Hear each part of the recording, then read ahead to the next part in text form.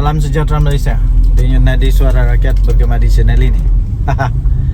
Tuan-tuan dan puan yang dihormati sekalian, kita tahu Daim Zainuddin semakin tua sekarang nih. Isteri dia pun makin tua juga. Kita tahu Daim Zainuddin dalam masalah besar. Isteri dia pun dalam masalah besar. Ini paling baru lah. Ini paling baru. Isteri Daim Zainuddin confirm kalah. Confirm sudah kalah di mahkamah. Untuk kes dia 300 juta tunggakan dengan LSDN. 300 juta. Pelik juga.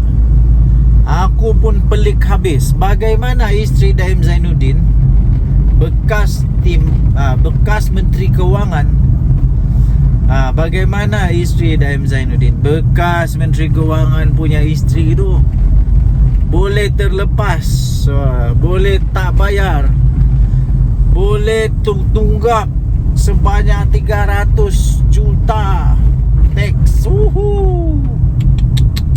Macam mana Daim Zainuddin tidak tahu Macam mana Daim Zainuddin tidak tahu yang isteri dia ada tunggakan begitu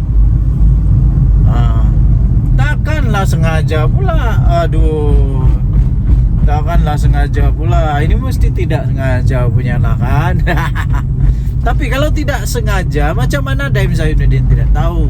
Ini kalau tidak bayar, ini memang luar biasa ini. Boleh bankrupt nih. Boleh bankrupt. Tapi yalah kita pun paham. Daim Zainuddin ini kan maha kayangan. Kaya gila kalau hanya mungkin kalau hanya 300 juta itu senang dia. Cuma persoalannya bukan tentang jumlah tuh. Bukan tentang jumlah duit tuh persoalan dia. Tapi tentang kenapa tidak bayar. Kenapa tidak bayar?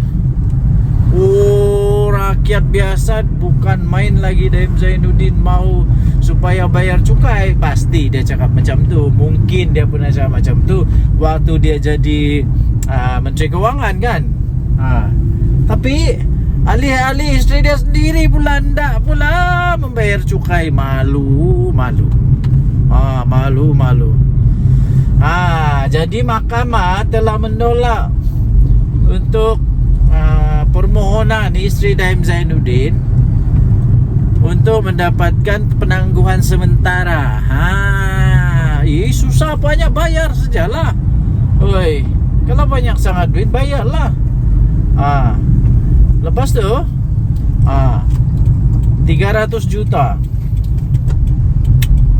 300 juta kalau ditangguh, rakyat biasa yang baru puluh ribu susah mau tangguh. Kenapa Daim Zainuddin punya isteri tidak boleh pula? Jadi saya fikir Daim Zainuddin punya isteri kali ini merasalah dia merasalah tinggi rendahnya Gunung Kinabalu. Tinggi rendahnya awan-awan nano. Rasalah apa perasaan, manis ke tidak, oren ke tidak, apabila isteri sendiri tidak bayar ini teks. Ini belum lah Daim Zainuddin ni hantah. Harap-harap tidaklah. Harap-harap Daim Zainuddin tidaklah seperti isteri dia. Jangan pula macam Najib Razak juga. Najib Razak lagi juara. Tapi kita tidak mau cakap Najib Razak lah. Kita tidak mau cakap Najib Razak. Okay. So, apalagi Daim Zainuddin, suruhlah isteri kamu bayar. Bukannya susah. Bukan banyak duit. Banyak duit bayar sajalah. Kalau tidak dapat bayar hantam sajalah labu. Carilah jalan. Okay. Jadi tahniah diucapkan kepada LSDN apalagi SPRM dan semualah MMM-nya. Terima kasih, tahniah diucapkan. Denyut Nadi Suara Rakyat bergema di channel ini. Jangan lupa tekan butang subscribe, like dan share. Malaysia kita punya, cinta Malaysia aku, kita jaga kita. Bye-bye. Salam sejahtera Malaysia. Denyut Nadi Suara Rakyat bergema di channel ini. Selamat petang tuan-tuan dan puan-puan yang dihormati sekalian. Memang agak membimbangkan jugalah otak-otak para walaun nih. Baru-baru ini saya ada baca satu artikel dari Harapan Daily. Entah ada seorang nih yang didakwa sebagai seorang pemuda PAS lah. Dia konon cuba sindir kerajaan. 1.700 basic itu membebankan kah? Lepas tu adalah netizen lain nih balas komen tu. Dia balas apa? Dia balas begini, 1.500 kah, 1.700 kah, guru-guru pasti itu tetap 600 juga. Aduh. Kalau ia pun mau komen kah, mau sindir kah, mau apa, beri apa itu kecaman kah, agak-agak lah. Nanti temakan ludah sendiri, baru padan muka. Ini kerajaan sudah tolong rakyat, lepas tu bising pula. Kenapa? Yang sebenarnya yang saya heran ni, bila Datuk Seri Anwar Ibrahim cuba untuk membela nasib rakyat Maharin yang lebih ramai sekarang ini dikata sekarang ini sedang merana kerana kos sara hidup makin tinggi. Ya, itulah herannya.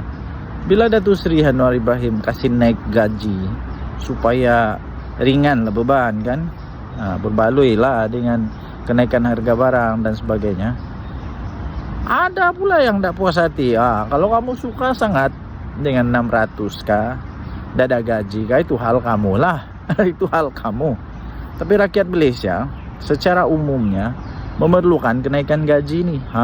Penjawat awam kalau saya tidak silap minimum gaji sekarang 2.000. Itu pun mau bising lagi kah? Senang saja. Kalau tidak suka dengan gaji 2.000, pergilah kerja dengan pasti. Guru-guru sekarang ini, sebagai contohnya, guru-guru sangat-sangat perlu untuk dibantu untuk naikkan gaji kerana tugas mereka makin bertambah.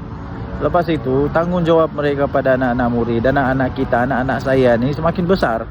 Kadang-kadang mereka tu paksa pakai duit sendiri tau.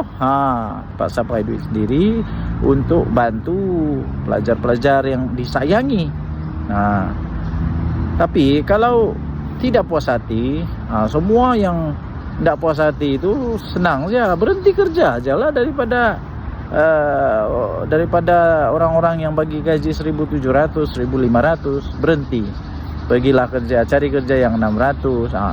Kalau ada daripada pemimpin PAS, bos-bos PAS, businessman daripada PAS yang mau bagi 600, 500, 600, 700, 800, 1.000 ringgit. Kalau ada yang orang-orang begitu, senang. Kamu berhenti kerja, kamu pergi company dia, kerja dengan dia. Lepas itu kalian tanya kenapa? Cakap saja, saya tidak mau bebankan bos. Saya ini suka kerja secara ikhlas. Saya suka kerja gaji kecil. Sebab itu saya berhenti kerja dan saya cari kerja yang rendah gaji supaya bos saya tidak terbeban. Begitu kan senang. Tak payah komen-komen. Kami mau nak gaji besar. Kami rakyat biasa, rakyat Maharin, orang-orang biasa yang gaji 1.500, yang gaji 1.300. Kami mau 1.700. Kami mau 2.000. Kalau boleh basic, sama dengan negara-negara yang maju tu, 3.000 kah, 8.000 kah, 10.000 kah, itu kami mau. Apa? Kami mata duitan kah? Janganlah hipokrit. Kalau cakap tidak mau duit, mungkin tak adalah rasuah, tak adalah seleweng, tak adalah salah guna kuasa kan. Dia adalah sedekah-sedekah. Jadi senang. Kalau tidak suka resign, berhenti kerja, resign, berhenti kerja. Lepas itu cakap kami berhenti kerja sebab terlampau besar gajinya. Senang cerita. Apa pendapat anda? Sila tinggalkan komen. Dan Junadi Suara Rakyat bergema di channel ini. Jangan lupa tekan butang subscribe, like dan share. Saya harap mulaun punya bos nih, tok guru walaun nih, bagilah pengajaran yang betul sedikit kepada orang-orang di luar sana tuh. Kalau pengajaran kamu bilang 600, teruskan dan ajarlah orang-orang yang tidak puas hati ini, yang tidak puas hati dengan kenaikan gaji. Ajarlah mereka berhenti kerja lah dengan gaji 7.000 atau 1.700 tuh, berhenti kerja, cari yang 600. Senang cerita. Tidak payah pening-pening kepala kan. Apa pendapat anda? Tinggalkan komen. Bye. Salam sejahtera Malaysia. Selamat pagi sekali lagi. Ini rasuah semakin ditakuti dibuat oleh para jerung-jerung naga-naga di Malaysia. Tinggalkan komen anda. Apa pendapat anda tentang rasuah di Malaysia sekarang? Makin menurun atau makin bagus, makin teruk, atau sekarang rakyat Malaysia sudah mulai diberi kesedaran lah supaya jangan makan rasuah, haram, masuk neraka. Masuk neraka. Kalau kamu mau masuk neraka, pergilah makan rasuah. Bukan kamu saja makan rasuah masuk neraka. Orang yang makan rasuah itu lagi kesian, tidak tahu apa-apa, terhimpit, terhampit. Orang siapa bilang terhampit, terikut-ikut, secara tidak sengaja terikut-ikut lah makan duit rasuah. Aduh, kesian. Kalau anak-anak istri pula makan, lagi kesian. Okey, baik tuan dan puan-puan, tinggalkan komen anda. Tapi saya ada satu soalan juga. Kenapa sekarang ini barulah macam seolah-olah ada kejayaan di dalam memerangi rasuah?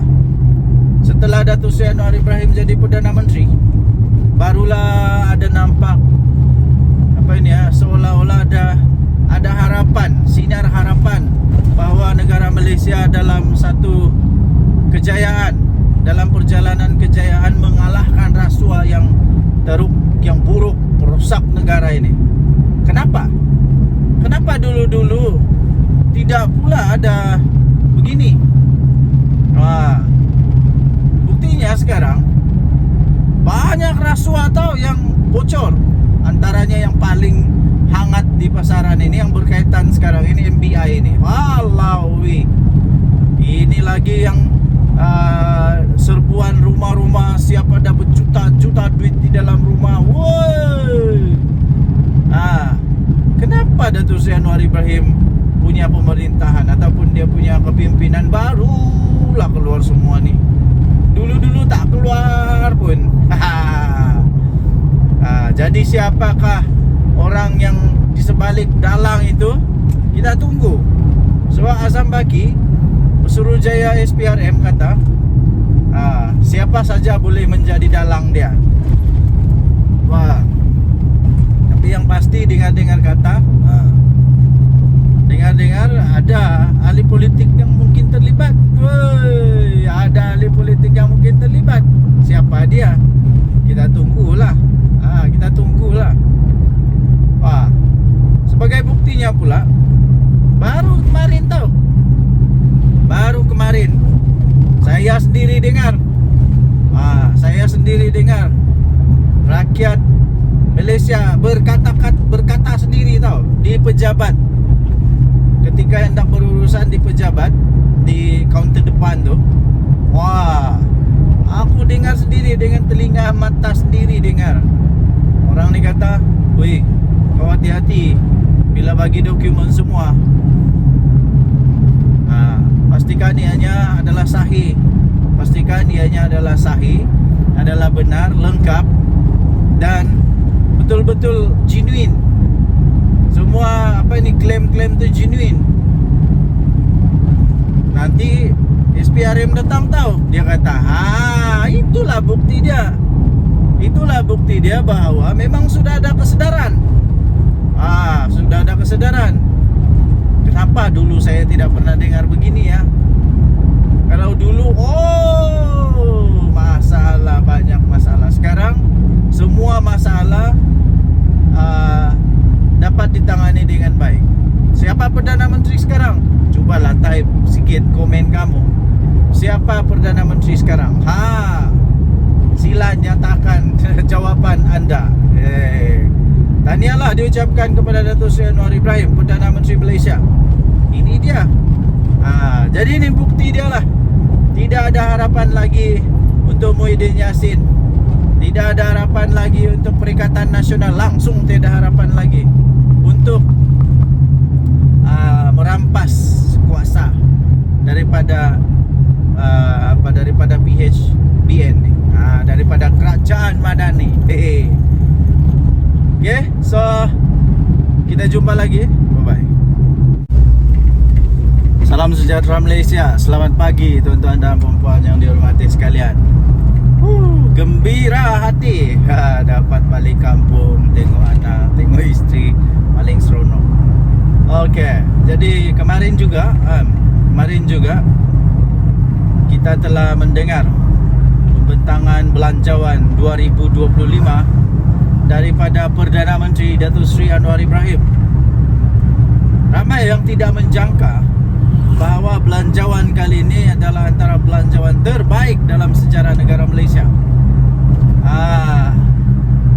Jadi tertutuplah mulut-mulut para peragu, yang ragu-ragu, selalu kata kerajaan ini kerajaan yang kejam. Mana yang kejamnya? Mana kejamnya? Kali ini betul-betul geng-geng walaun tertutup mulut. Mana yang kejamnya? Aku hairan bila kata kerajaan kali ini kerajaan yang kejam. Kerajaan yang kejam, macam-macam lah dikata. Tapi semua itu sebenarnya hanya bersifat mainan politik. Bila pemimpin dia diheret ke mahkamah sebab ada dakwaan salah guna kuasa, ada dakwaan penyelewengan. Bila pemimpin dia kena heret ke mahkamah kerana menghina institusi diraja yang memang berfakta, siapa ada bukti video katalah kerajaan ni kejam lah, tak macam-macam lah.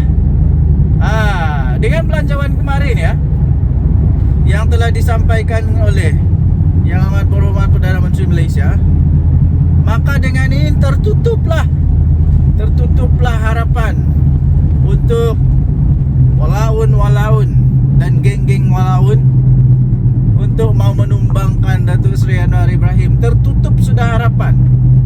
Langsung tiada harapan lagi. Apa tidak? Semua belanjawan itu memang mendatangkan manfaat yang besar sangat kepada rakyat. Saya fikir ada banyak yang telah dibentangkan oleh Datuk Seri Anwar Ibrahim Perdana Menteri Malaysia yang belum pernah dilakukan oleh mana-mana Perdana Menteri. Banyak sangat. Jadi para walaun sekalian, tertutuplah mulut kamu. Di mana belanjawan yang kamu tidak puas hati lagi? Ada saja mesti tidak puas hati. Macamlah dia bagus sangat. Waktu jadi Perdana Menteri dulu, Muhyiddin Yassin buat apa? Waktu jadi kerajaan dulu, Perikatan Nasional buat apa? Apa sumbangannya kepada negara? Waktu dulu Perikatan Nasional memerintah, hutang negara makin bertambah kah atau makin berkurang? Bila Datuk Seri Anwar Ibrahim ambil alih jadi Perdana Menteri, terkejut juga Den. Terkejut juga Den. Oh, begini banyak hutang negara. Begini banyak hutang negara. Siapa Perdana Menteri waktu tu? Terkejut juga Den. Begini masalah negara, banyak yang penyelewengan. Sampai ada menantu melarikan diri keluar negara pula tu. Mana yang bagus sangat tu? Ini belum lagi. Kejap lagi kita akan bongkar satu rahasia lagi.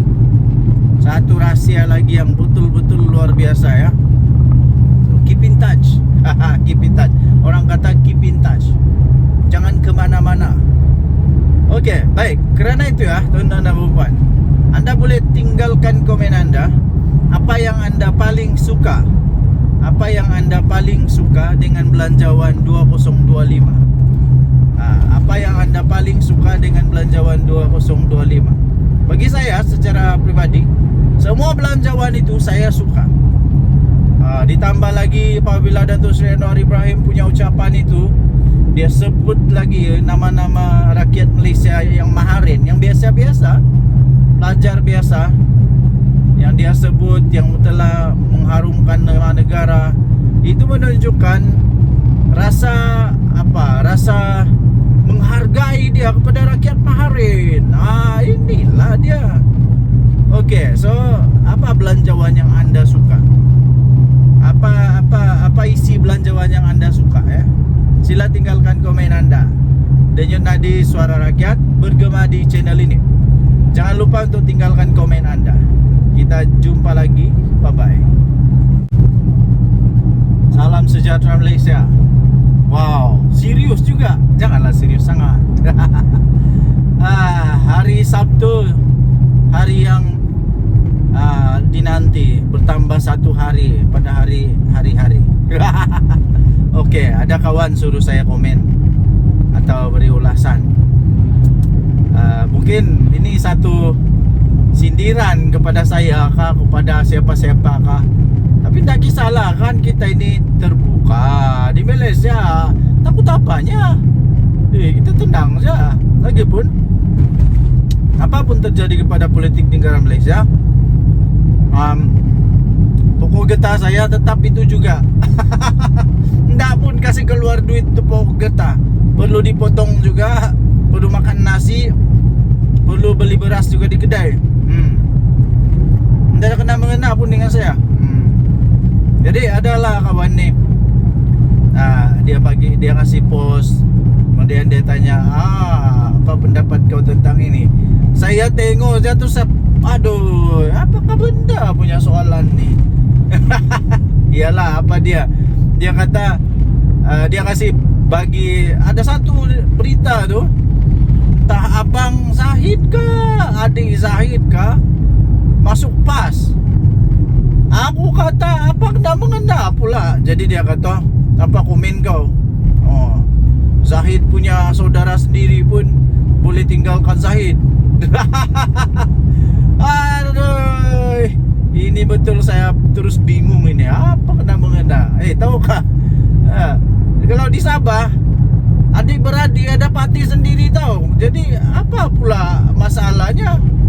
Datuk Seri Joseph Pairin Kitingan dengan Tan Sri Jeffrey Kitingan, Datuk Sri dua-dualah, apalah, Jeffrey dengan Pairin, Jeffrey Kitingan dengan Pairin Kitingan, dua-dua berbeza parti tahu. Satu Star, satu lagi PBS. Bertanding pula tu, berlawan. Tapi di rumah tetap minum kopi sama-sama. Habis kenapa? Apa kebendanya? Itu orang-orang besar tahu di dalam parti. Orang besar di dalam parti. Yang saya mau tanya nih, adik kah, abang Zahid kah, saya pun tak tahulah. Tapi apa pangkat dia di UMNO? Kenapa pula membawa masalah kepada UMNO? Bawalah semua, bawalah. Siapa lagi kamu mau bawa? Bawalah masuk PAS semua. Bawalah masuk PAS semua. Aku betul-betul hairan. Kenapa lah kalau dia masuk PAS? Apa kena mengena pula? Bubar ke UMNO kalau dia masuk PAS? Airan. Apa ka na mangena? Coba kamu pikir sedikit ba, apa ka na mangena dengan UMNO? Dia bukan presiden UMNO. MP lah, tidak. Dia apa? Adun? Enggak juga. Enggak ada apa-apa tau. Enggak ada apa-apa signifikan pun kepada kepada UMNO. Ya. PAS pun enggak ada apa-apa signifikan. Enggak ada pun kelebihan kepada PAS. Kalau kamu mau kasih tanding, dia kasih tanding je lah. Dah kisahlah. Oke, kita isi minyak dulu. Tenang kamu. Kita mesti isi minyak dulu. Nanti kita kehabisan minyak, nah mati kita di tengah jalan. Kita isi minyak dulu. Kamu tenang, aku isi minyak dulu.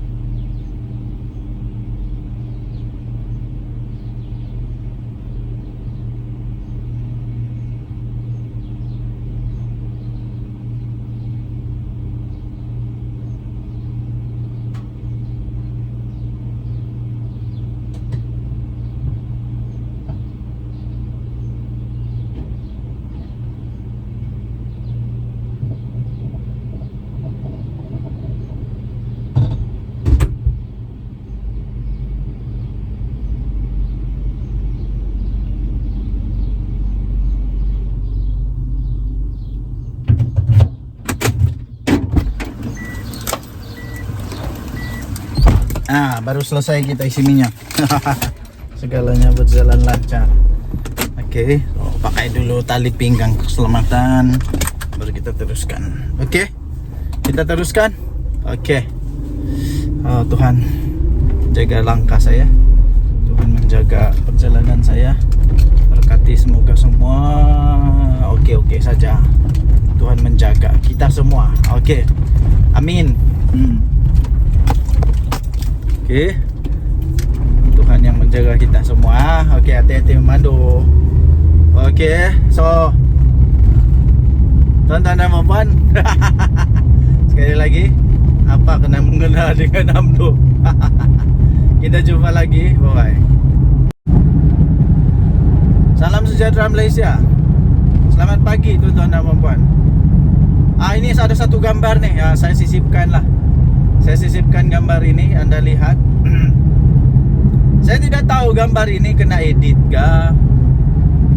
Gambar ini gambar tahun zaman Firaun kah? Entah zaman bila lagi. Zaman dulu lagi mungkin. Masih zaman Flintstone mungkin. Yang ditunjuk semula kah? Atau ini gambar tiada kena mengena dengan politik? Mungkin hanya gambar makan malam kah, tiba-tiba diedit jadi begitu. Tapi ada kawan lah suruh saya komen sikit, ulas sikit tentang gambar ini. Apa pendapat saya tentang gambar ini? Setujukah tidak? Dan apa di hati saya tentang gambar ini? Pertama sekali, itulah saya kata tadi, saya tidak pasti gambar ini gambar apa, tentang apa, diedit ke tidak. Tapi saya anggap saja gambar ini gambar yang genuine. Katakanlah pas mau bergabung dengan JRS, saya tidak setuju. Kenapa saya tidak setuju? Banyak alasannya. Kenapa? Saya pikir PAS tidak akan membawa sebarang infak, sebarang signifikan, sebarang kekuatan tambahan kepada JRS. Tidak akan membawa sebarang impak atau kekuatan kepada JRS. Yang saya nampak, ini akan menyebabkan JRS lebih dalam bahaya. Lebih dalam bahaya. Ingat, di Sabah sentimen politik dia tidak sama dengan sentimen politik di Semenanjung. Tidak sama. Di Sabah, sentimen politik di Sabah lebih bebas. Pikirannya lebih bebas. Lebih bebas maksudnya kita ini di Sabah, kita tidak politik berdasarkan kaum lagi, tidak. Berdasarkan agama, tidak. Politik di Sabah berdasarkan kepada lebih terbuka sekarang ini. Ya, lebih terbuka. Jadi tuan-tuan dan puan, saya pikir kalau PAS bergabung dengan JRS, bukan akan menguatkan JRS, malah kemungkinan besar akan melemahkan JRS. Kenapa JRS mau gabung dengan PAS? Sedangkan parti-parti Semenanjung sendiri menolak PAS. Lagi satu, itulah. Lagi satu, di Sabah dia punya sentimen politik di Sabah semakin lebih kepada kesadaran kepada kekitaan. Maksud kekitaan itu ialah orang-orang Sabah sekarang dia mau kalau yang dapat memerintah di negeri Sabah ini parti dari Sabah sendiri. Parti dari Sabah sendiri. Sebab itu Bersatu sudah tiada di Sabah. Bukan tiada, tapi sudah ditolak. Sekarang sudah jadi JRS, tidak ada sudah Bersatu. Jadi kalau parti dari Semenanjung sendiri menolak parti dari Semenanjung, kenapa JRS mau bergabung dengan parti dari Semenanjung? Ya, kita tahu ada parti UMNO, ada PKR, ada DAP. Tapi semua parti-parti ini dia punya kuasa kuasa dia sendiri di negeri Sabah. Dia tidak terikat sangat dengan Semenanjung. Lain dengan PAS. Dia belum settle down di Sabah ni pun. Berapa sangat ahli PAS di Sabah.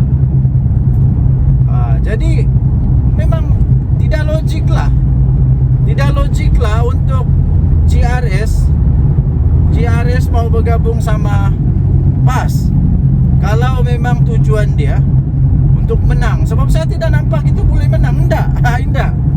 Yang lagi susah, kalau sudah gabung dengan PAS, mesti PAS akan mau ada kerusi lah.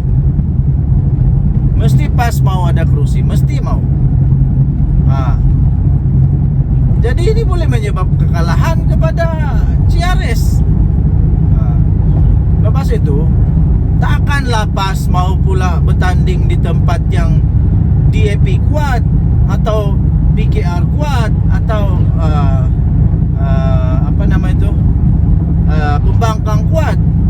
Dia mesti mau juga bertanding di tempat yang dia boleh menang. Masalah dia selalunya di tempat yang GRS kuat ini, sentimen dia ialah sentimen yang memang dah suka PAS. Dah suka PAS, jadi boleh kalah nih. Jadi itulah pendapat saya. Saya pikir janganlah, tak payahlah bergabung. Tak payah bergabung. Lepas tu kawan tanya, kalau PAS sama GRS bergabung, kau mau tolong dorang kempen kah? Indah, aku tak mau tolong dorang kempen. Indah, aku mau tolong kempen. Indah, saya tidak akan tolong kempen kalau GRS gabung dengan PAS. Indah. Sebab kenapa saya tidak setuju kan? Saya tidak setuju gabungan di antara dua parti politik ini. Jadi kalau saya tidak setuju, kenapa saya mau tolong kempen pula? Tapi indahlah juga saya menghasut orang supaya jangan undi mereka. Tidaklah, suka hati korang lah. Kamu mau undi siapa, suka hati kamu lah. Itu kamu punya hal. Kita di negara demokrasi ya, Pak. Tapi saya indah akan undi GRS atau PAS kalau diorang bergabung. Indah. Saya bagi tahu indah. Tapi undi adalah rahasia. Undi adalah rahasia. Tapi saya tidak kempen lah, itu saja. Tidak kempen. Lagipun saya memang dah suka berkempen. Pandai-pandai lah kamu berkempen. Bukannya kena bayar duit untuk berkempen. Jadi bikin apa? Jadi terpulang kepada anda, apa pendapat anda? Tapi saya tidak setuju lah. Saya tidak setuju. Banyak lagi sebab dia yang lain. Kalau ditulis semua sebab dia, boleh siap 13 buah buku tau. Boleh siap 13 buah buku. Kau boleh buat tesis panjang lebar itu. Nanti dia punya kesimpulan tesis dia. What is your thesis? My thesis is kalah. Itu saja pendek, satu perkataan, kalah. Kalah, boleh kalah GRS nih. Boleh kalah GRS kalau dia bergabung dengan PAS. Kalau lah. Jadi tentang gambar ini saya pun tidak tahu betul atau tidak. Tapi itulah pendapat. Mau bergabung suka hati kamu. Tapi ada konsekuensi dia. Hati-hati ya. Oke. Kalau di Semenanjung kalah. Di Sabah boleh menang kah? Dan yang tadi Suara Rakyat, kita jemput lagi. Kita jumpa lagi. Bye bye. Salam sejahtera Malaysia. Dan nadi Suara Rakyat bergema di channel ini. Kita gelak dulu. Kita gelak dulu. Saya masih ingat tau. Masih ingat lagi. Hadiah wang. Hadiah wang. Lucu juga orang tua ni. Agaknya waktu dia bercakap dulu, dia memang agak sedikit sudah lali. Orang Sabah bilang lali. Lali ni maksudnya nyanyuk. Mungkin dia tidak sedar apa yang dia cakap. Kasihanlah. Jadi kita apalah, lupakanlah dia punya kata-kata itu. Kita berdamailah dengan kata-kata dia. Cuma saja saya ingat dulu dia kata kerajaan ini, kerajaan Madani lah, kerajaan perpaduan ni lah, bila-bila masa saja akan tumbang. Bila-bila masa saja akan tumbang. Perikatan Nasional lah itu konon mau naik balik. Apa yang terjadi ya tuan-tuan dan puan yang dihormati sekalian? Apa yang terjadi? Ini kemarin Perdana Menteri Datuk Seri Anwar Ibrahim mengumumkan membentangkan belanjawan untuk kali ketiganya.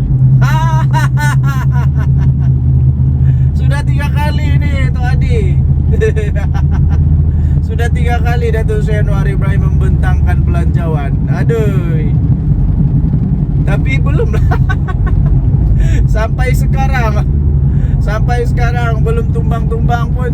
Yang tumbang bersatu, yang tumbang pas. Yang tumbang bersatu, yang tumbang pas. Aduh. Satu-satu tempat pas boleh tumbang. Di pilihan raya kecil. Bersatu pun tak pernah menang lagi. Belum pernah menang. Satu-satu tumbang nih. Satu-satu tumbang. Ini nasib baiklah Muhyiddin Yassin Presiden Bersatu. Kalau dia bukan Presiden Bersatu, agak-agaknya dia sudah tidak jadi berharga lagi nih Bersatu. Nasib baiklah dia Presiden Bersatu, kena hormat, diberi hormat. Entah apa jadi kepada Muhyiddin kalau tiba-tiba dia bukan Presiden Bersatu, silap-silap dilupakan terus. Hadiah uang pun sama juga. Aduh.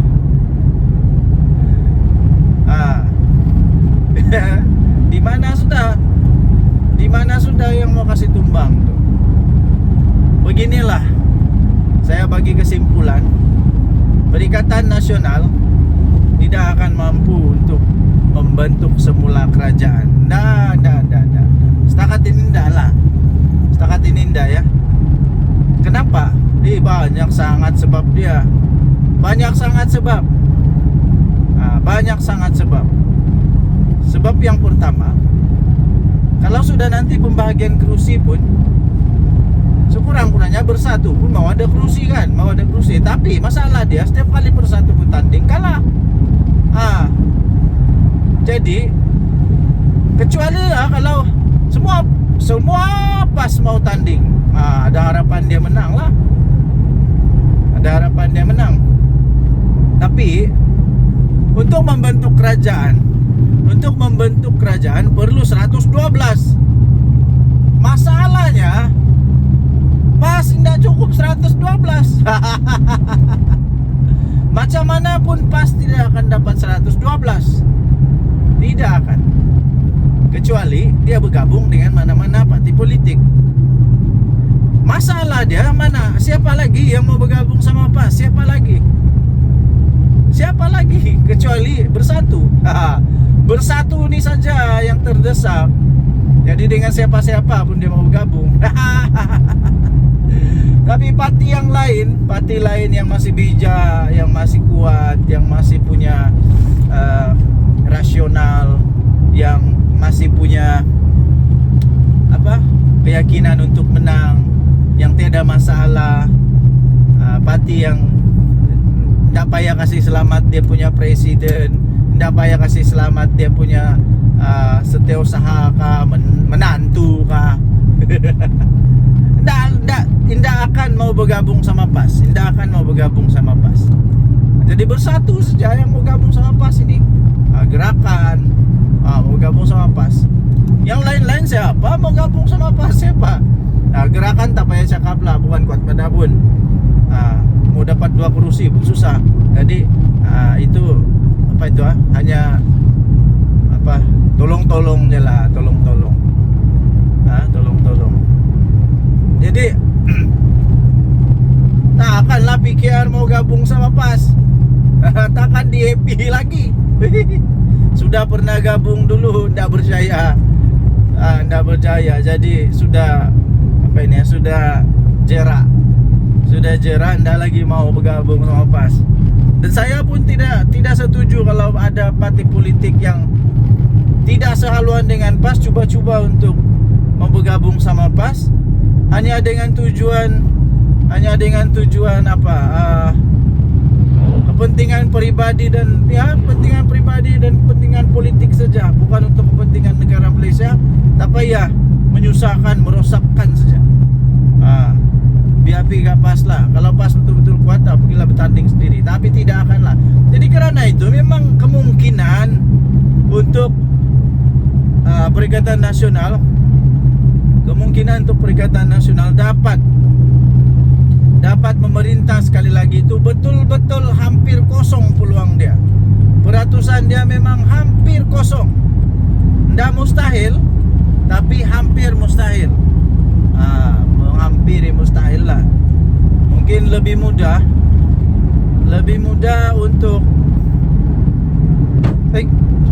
untuk orang lain jadi Perdana Menteri daripada Perikatan Nasional yang jadi Perdana Menteri. Jadi tidak ada kemungkinan lah, ya, tidak ada kemungkinan. Jadi lupakanlah mimpi-mimpi yang pelik-pelik tuh.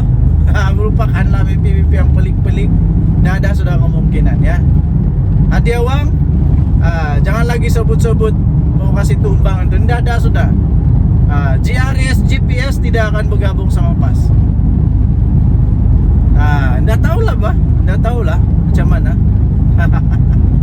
Oke, so tuan-tuan dan perempuan yang dihormati sekalian, apakah pendapat anda?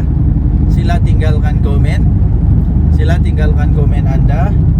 Denyut nadi suara rakyat bergabung pula, bergema di channel ini.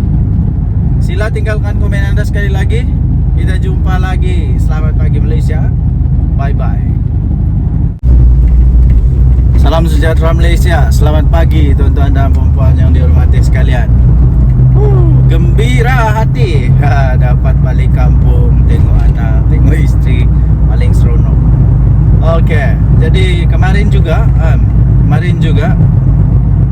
kita telah mendengar pembentangan belanjawan 2025 daripada Perdana Menteri Datuk Seri Anwar Ibrahim. Ramai yang tidak menjangka bahawa belanjawan kali ini adalah antara belanjawan terbaik dalam sejarah negara Malaysia. Jadi tertutuplah mulut-mulut para peragu, yang ragu-ragu, selalu kata kerajaan ini kerajaan yang kejam. Mana yang kejamnya? Mana kejamnya? Kali ini betul-betul geng-geng walaun tertutup mulut. Mana yang kejamnya? Aku hairan bila kata kerajaan kali ini kerajaan yang kejam. Kerajaan yang kejam, macam-macam lah dikata. Tapi semua itu sebenarnya hanya bersifat mainan politik. Bila pemimpin dia diheret ke mahkamah sebab ada dakwaan salah guna kuasa, ada dakwaan penyelewengan. Bila pemimpin dia kena heret ke mahkamah kerana menghina institusi diraja yang memang berfakta, siapa ada bukti video, katalah kerajaan ni kejam lah, tak berperiksa, macam-macam lah. Dengan belanjawan kemarin, ya, yang telah disampaikan oleh Yang Amat Berhormat Perdana Menteri Malaysia, maka dengan ini tertutuplah harapan untuk walaun dan geng-geng walaun untuk mau menumbangkan Datuk Seri Anwar Ibrahim. Tertutup sudah harapan. Langsung tiada harapan lagi. Apa tidak? Semua belanjawan itu memang mendatangkan manfaat yang besar sangat kepada rakyat. Saya fikir ada banyak yang telah dibentangkan oleh Datuk Seri Anwar Ibrahim Perdana Menteri Malaysia yang belum pernah dilakukan oleh mana-mana Perdana Menteri. Banyak sangat. Jadi para walaun sekalian, tertutup tutuplah mulut kamu. Mana di mana belanjawan yang kamu tidak puas hati lagi? Ada saja mesti tidak puas hati. Macamlah dia bagus sangat. Macamlah dia bagus sangat. Waktu jadi Perdana Menteri dulu, Muhyiddin Yassin buat apa? Muhyiddin Yassin buat apa? Waktu jadi kerajaan dulu, Perikatan Nasional buat apa? Apa sumbangannya kepada negara? Waktu dulu Perikatan Nasional memerintah, hutang negara makin bertambah kah atau makin berkurang? Bila Datuk Seri Anwar Ibrahim ambil alih jadi Perdana Menteri, terkejut juga Den. Terkejut juga Den. Wah, begini banyak hutang negara. Begini banyak hutang negara. Siapa Perdana Menteri waktu tu? Terkejut juga Den.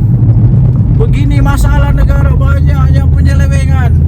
Sampai ada menantu melarikan diri keluar negara pula tu. Mana yang bagus sangat tu? Ini belum lagi. Kejap lagi kita akan bongkar satu rahsia lagi. Satu rahsia lagi yang betul-betul luar biasa ya. So, keep in touch. Keep in touch. Orang kata keep in touch. Jangan kemana-mana. Okey, baik. Kerana itu ya, tuan-tuan dan puan, anda boleh tinggalkan komen anda. Apa yang anda paling suka? Apa yang anda paling suka dengan belanjawan 2025? Apa yang anda paling suka dengan belanjawan 2025? Bagi saya secara pribadi, semua belanjawan itu saya suka. Ditambah lagi apabila Datuk Seri Anwar Ibrahim punya ucapan itu, dia sebut lagi nama-nama rakyat Malaysia yang maharin, yang biasa-biasa, pelajar biasa, yang dia sebut, yang telah mengharumkan nama negara. Itu menunjukkan rasa apa? Rasa menghargai dia kepada rakyat maharin. Inilah dia. Okey, so apa belanjawan yang anda suka? Apa isi belanjawan yang anda suka ya? Sila tinggalkan komen anda. Denyut nadi suara rakyat bergema di channel ini. Jangan lupa untuk tinggalkan komen anda. Kita jumpa lagi. Bye-bye. Okey, salam sejahtera Malaysia.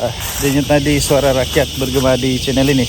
Okey, pagi ini saya jalan di hutan. Kamu boleh dengar bunyi cengkerik yang bising tu.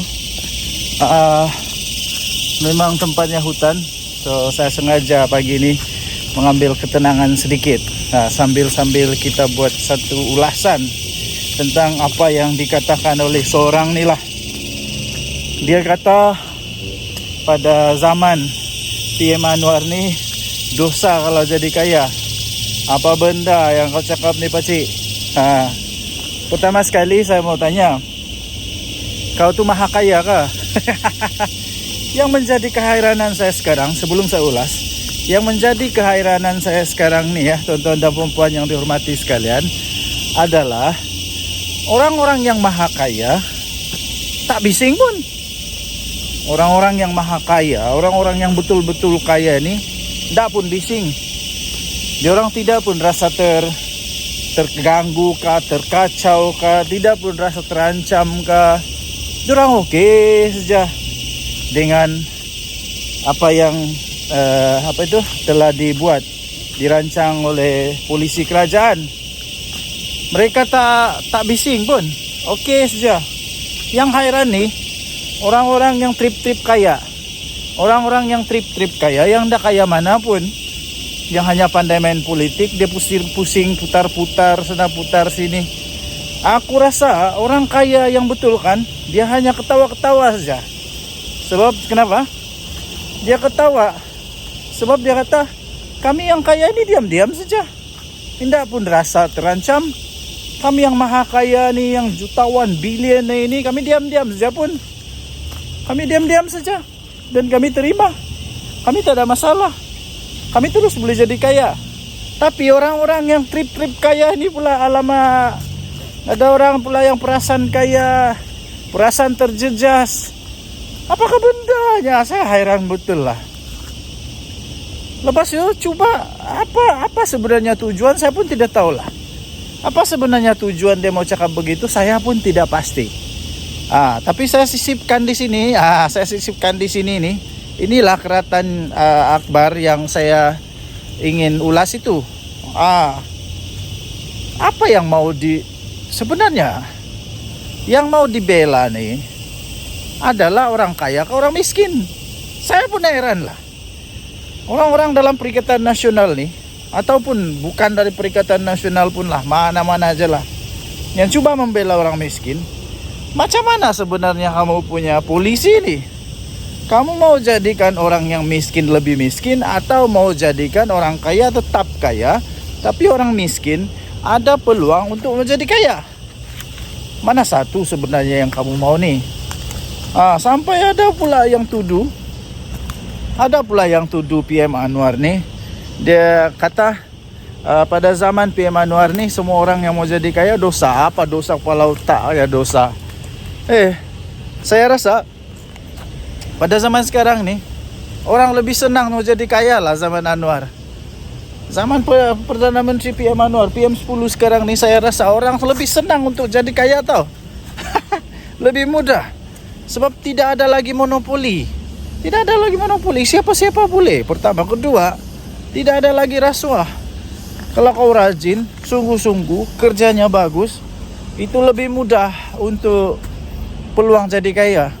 Tidak macam dulu-dulu. Kroni saja. Sampai menantu lari ke luar negara. Kenapa? Dulu-dulu semua kroni-kroni saja yang boleh kaya tau. Ya, kroni-kroni saja yang boleh kaya. Siapa yang ada kroni, yang banyak buat rasuah, boleh jadi kaya cepat. Nah sekarang tidak ya. Siapa yang berusaha, dia boleh jadi kaya. Jadi tuan-tuan dan puan yang dihormati sekalian, saya tidak setuju langsung apa yang disebut oleh manusia nih. Sebab pada pendapat saya, sekarang ini orang lebih senang untuk menjadi kaya pada zaman PM Anwar. Dan tidak pernah pun Datuk Seri Anwar Ibrahim menghalang orang jadi kaya. Tidak pernah. Cuma saja PM Anwar mau ada keadilan sosial, mau ada betul-betul yang nama dia adil, yang betul-betul sumber itu digunakan sebaik mungkin. Itu dia. Bukannya diberikan kepada orang yang tidak patut. Apakah bendanya orang maha kaya nih tiba-tiba mampu juga, dia pun sama dapat seperti orang miskin? Begitulah. Apapun, pikirlah pakai otak, janganlah pikir pakai lutut pula. Apa pendapat anda? Tinggalkan komen. Bye. Salam sejahtera Malaysia. Selamat pagi tuan-tuan dan puan yang dihormati sekalian. Selagi kita berada di hutan. Akhirnya adalah orang yang berani jawab kepada entah manusia mana, entah yang dia tuduh pada zaman Anwar ni kalau jadi kaya berdosa kepala otak. Hairan betul saya lah. Okey. Kemudian soalan dia mudah saja, jawapan dia mudah. Dengan soalan juga.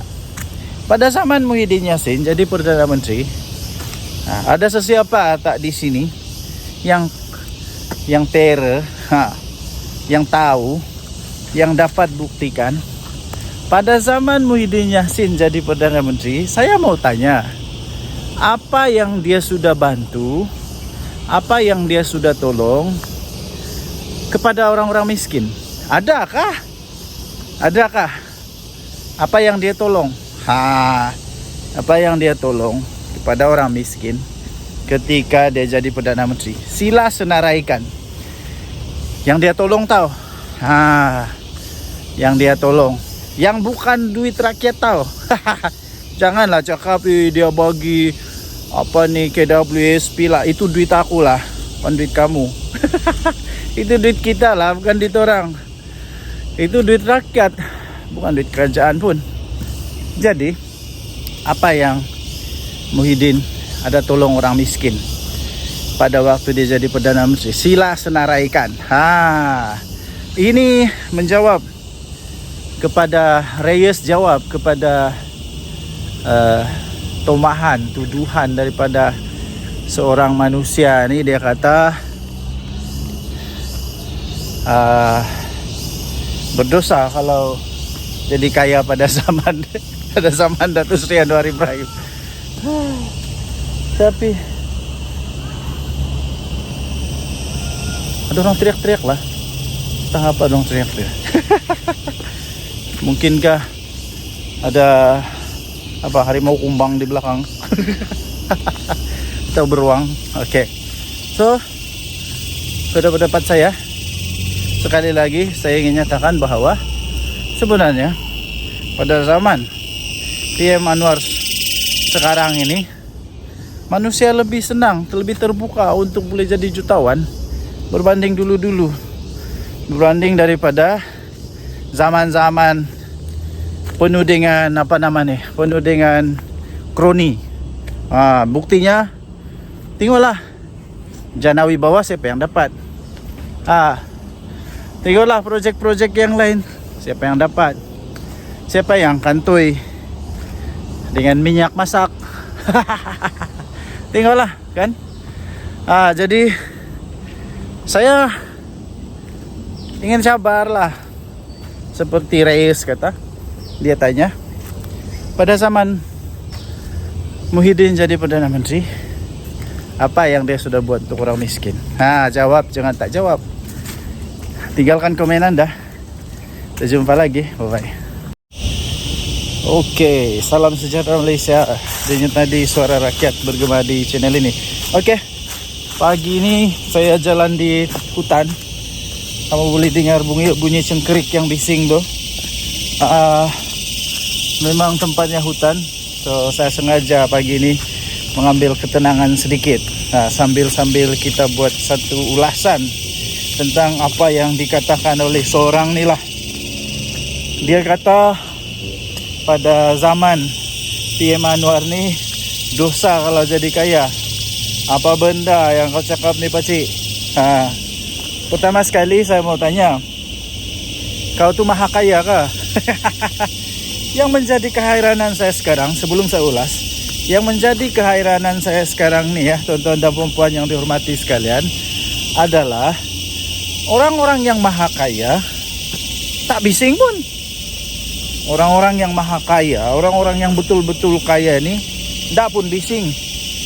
Diorang tidak pun rasa terganggu kah, terkacau kah, tidak pun rasa terancam kah. Diorang okey saja dengan apa yang telah dirancang oleh polisi kerajaan. Mereka tak bising pun, okey saja. Yang hairan ni orang-orang yang trip-trip kaya. Orang-orang yang trip-trip kaya, yang dah kaya mana pun, yang hanya pandai main politik, dia pusing putar-putar sana putar sini. Aku rasa orang kaya yang betul kan, dia hanya ketawa-ketawa saja. Sebab kenapa?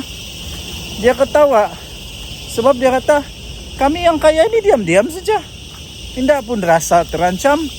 Kami yang maha kaya ni, yang jutawan, bilion ini, kami diam-diam saja pun. Kami diam-diam saja dan kami terima. Kami tak ada masalah. Kami terus boleh jadi kaya. Tapi orang-orang yang trip-trip kaya ini pula, alamak, ada orang pula yang perasaan kaya, perasaan terjejas. Apakah bendanya? Saya hairan betul lah. Lepas itu cuba apa sebenarnya tujuan, saya pun tidak tahu lah. Apa sebenarnya tujuan dia mau cakap begitu, saya pun tidak pasti. Tapi saya sisipkan di sini. Nih. Inilah keratan akbar yang saya ingin ulas itu. Apa yang mau sebenarnya yang mau dibela nih adalah orang kaya ke orang miskin. Saya pun heran lah.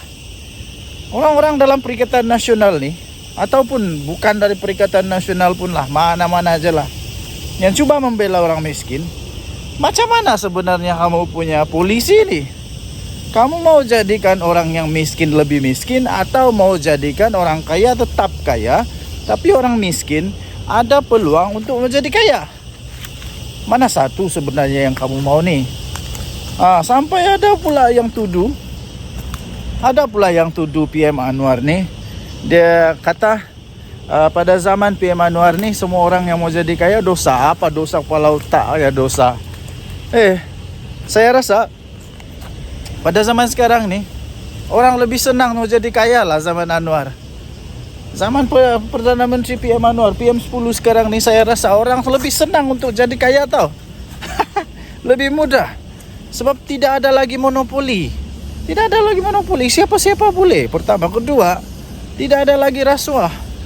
Kalau kau rajin, sungguh-sungguh, kerjanya bagus, itu lebih mudah untuk peluang jadi kaya. Tidak macam dulu-dulu. Kroni saja. Sampai menantu lari ke luar negara. Kenapa? Dulu-dulu semua kroni-kroni saja yang boleh kaya tau. Ya, kroni-kroni saja yang boleh kaya. Siapa yang ada kroni, yang banyak buat rasuah, boleh jadi kaya cepat. Nah sekarang tidak ya. Siapa yang berusaha, dia boleh jadi kaya.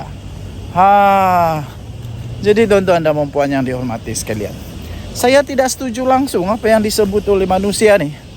Sebab pada pendapat saya, sekarang ini orang lebih senang untuk menjadi kaya pada zaman PM Anwar. Dan tidak pernah pun Datuk Seri Anwar Ibrahim menghalang orang jadi kaya. Tidak pernah. Cuma saja PM Anwar mau ada keadilan sosial. Mau ada betul-betul yang nama dia adil. Yang betul-betul sumber itu digunakan sebaik mungkin. Itu dia. Bukannya diberikan kepada orang yang tidak patut. Apakah bendanya orang maha kaya nih tiba-tiba mampu juga, dia pun sama dapat seperti orang miskin. Begitulah. Apapun, pikirlah pakai otak. Janganlah pikir pakai lutut pula. Apa pendapat anda? Tinggalkan komen. Bye.